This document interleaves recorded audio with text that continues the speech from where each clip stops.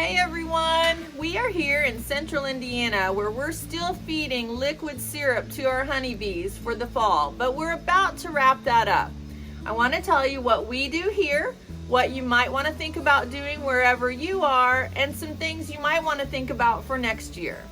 Feeding liquid feed to honeybees in the fall, it's really important that you remember we're feeding 2-to-1 sugar to water. In the spring, we do feed 1-to-1 to mimic nectar that they would find in nature. In the fall, it needs to be 2-to-1. Why? Because they have to dehydrate it down to a certain humidity in order to cap it, just like they do for honey. If we feed them 1-to-1 in the fall, they have to expend a tremendous amount of energy and resources to reduce it down. So we help them by feeding 2-to-1 sugar syrup. So when you're at the grocery and you see the people loading up 25-pound bags of sugar on the bottom of the cart, you can probably guess they're beekeepers. So liquid fall feeding, 2-to-1 sugar to water, which makes a little thicker syrup, makes a big mess, so try to be careful with it. And we are not using a front feeder. This is a Boardman front feeder, slides in the entrance to your hive. We are not using these in the fall. That encourages robbing. Now, you can use this on top of your inner cover inside an empty, extra deep box and the outer cover on top. We'll show you how to do that out at the hive. If you don't have a front feeder, you can buy brand new paint cans at a hardware store, poke some holes in the top, you'll turn it upside down over the hole in the inner cover, and then again, empty deep box and the outer cover. This is the only hive that I have an inside feeder in. This is it. It is a frame feeder that they can get down inside. I'm trying to fill it, but there's bees down in there. So they are hungry. Come on out, girls. There's little bee ladders that prevent them from getting into the syrup and drowning. It holds a gallon, and this is a late season swarm we collected, a really nice little swarm. I'm gonna try to get them through. Again, using 2-to-1 sugar syrup, not 1-to-1. Fall is always 2-to-1. Another important consideration for fall is the entrance to your beehive. You need to consider an entrance reducer and definitely a mouse guard.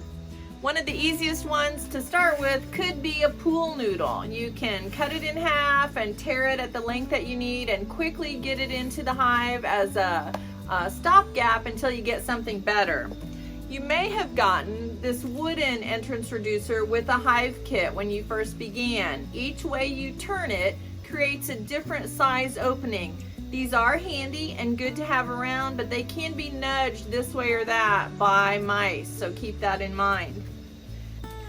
You can make a mouse guard simply out of hardware cloth. You need to staple it at the top to the hive body. You can staple it to the bottom board when you get to deep winter, but often I'll just leave it so that it's only attached to the box. That way if I need to separate the box from the bottom board, I don't have to work at removing staples while bees are coming and going. I will point out to you that when you're cutting these to fit your hive, do not leave the pointy spears of the hardware cloth pointing down. I made that mistake and the bees do not like it. Make sure you cut it off with the horizontal bar of the hardware cloth at the bottom. One of my favorite mouse guards is one I ran across at the West Virginia State Beekeeping Conference. Made of steel in the US and designed by a group of boys in a Lego league for a fundraising project. They are, as I said, stainless steel, very heavy. They are not inexpensive. We are not sponsored by them or anything. I just love these and I wanted to let you know about them. They do make it in a nuke size as well. You just put some little brackets on your hive body and the weight of the steel keeps it in place. You can reduce the entrance putting some duct tape on the front and the back so the bees don't get stuck on the duct tape. They are called the Mouse Guard by Ashbots, and we will put the link up below so you can order one if you would like to.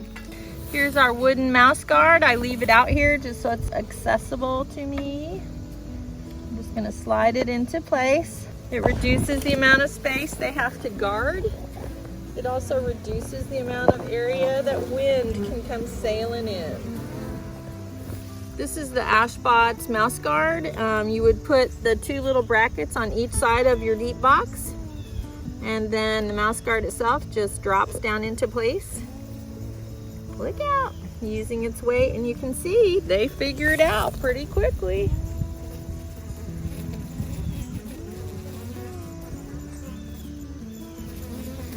The next thing coming up for us in the fall is making our candy boards. We're going to do a separate video on that. I can't stress enough how much I recommend candy boards. They are simple to make.